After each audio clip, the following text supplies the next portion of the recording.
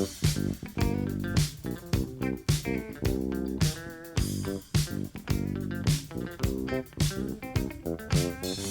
cookies. I love cookies. I love cookies. I love cookies. Welcome to Cookies, the world's most influential basketball podcast. It is Monday, April 20th, and we are now in playoff form. Last week, play-in form. Before that, regular season form. Andrew Quo, ready for postseason play. Firing on all cylinders, man. I've been waiting for this. Who cares about all the perfect pods we've done before? Now is when it counts. And Before, yeah. we were firing on several cylinders.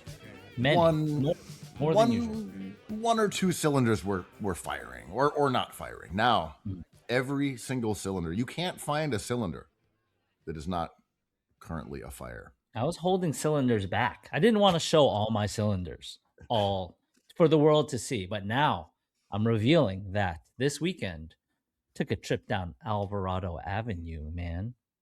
I took that train away from Brunson Boulevard to Williamsburg, Brooklyn. Walked along Bedford, your old stomping grounds, years and years ago, all the way from like the bus depot to Greenpoint. It was crazy. Well, that was what I was gonna say. I was like, you couldn't have taken the train because the G just never runs on weekends anymore. And the Brunson Boulevard would be in Manhattan, I'm assuming, not in East Brooklyn. Is it Brunson's Brooklyn? He's firing on all cylinders. More on that later.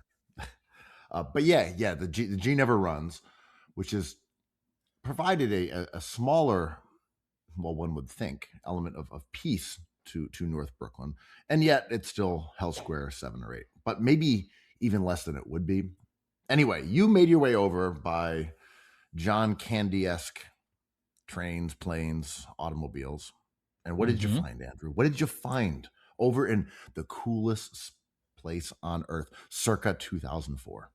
Yo, it is dirty. It is like Times Square dirty, right? Like there's trash everywhere. There was like garbage pickup because I'm sure it generates more things for them to take care of. There's a lot of pizza, which I respect. Shout out to Feeney. Shout out to Joe's.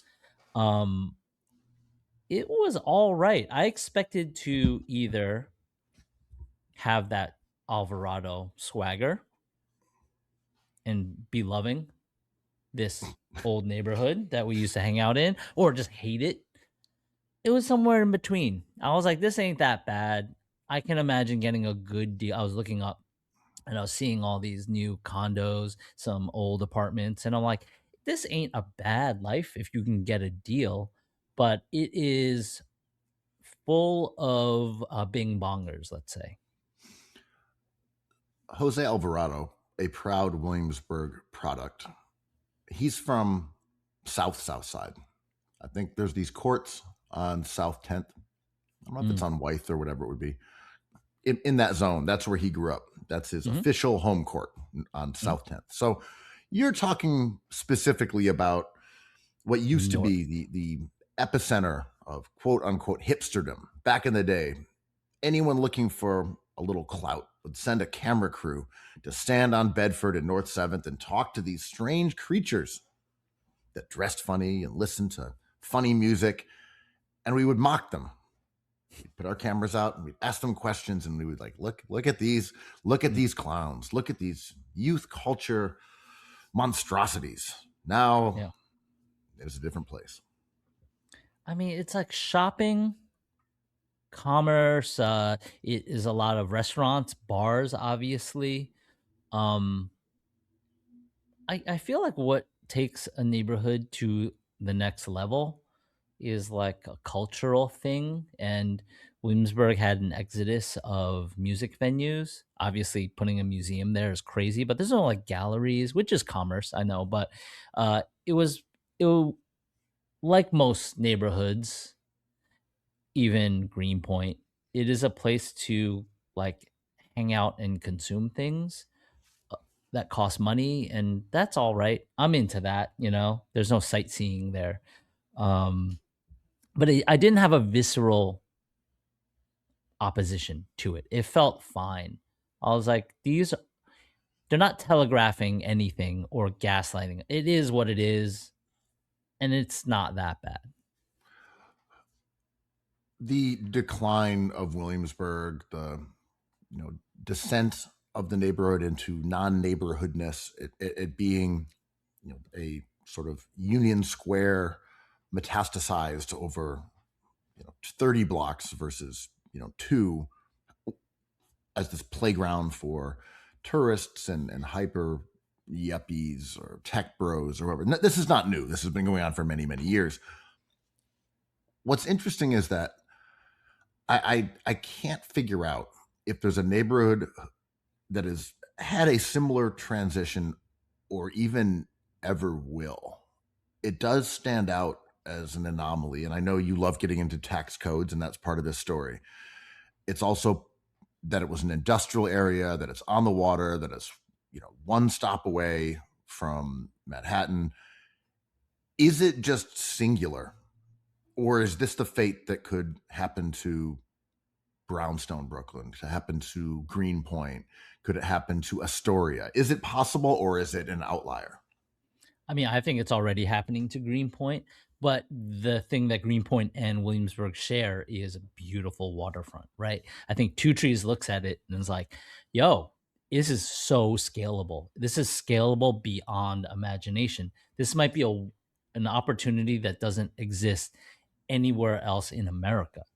Like, we can build on this property that all of a sudden we're realizing is extremely desirable and valuable. In Brownstone, Brooklyn, it's hard to go vertical, right? Because of the architecture that's already established there, because of grandfathering in of like whatever tax codes or building codes. I believe all the things that we can signify as Williamsburg turning a corner into something that looks more like high-rise Midtown Manhattan is the proximity to water, right? Yeah, that's very true. And also, what kept Greenpoint, not to go on yet another Greenpoint rant. I love Greenpoint. Let's go. Oh, I got to tell you about my Greenpoint day, but go on. Is that the transportation is just not the same as Williamsburg. But does it help it though?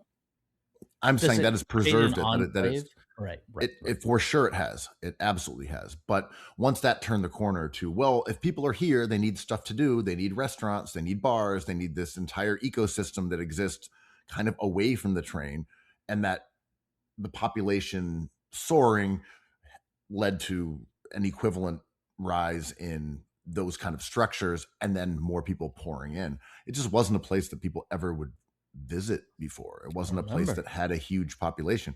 But I think Williamsburg, as you said, the water, but the L train was the tip of the snake on all of this. And you look at its route through Brooklyn towards Bushwick and further out, that has been a certain kind of expansion. And I saw a viral tweet a few weeks ago. It's like, Bedford Williamsburg is very different from like, Graham Avenue Williamsburg. For sure. Like, well, that's true. It's 2 train stops away. I mean, it's like saying that, Houston is different from Canal Street. Well, yeah, they're different places. Yeah, right. I love cookies. I love cookies. I love cookies. I love cookies.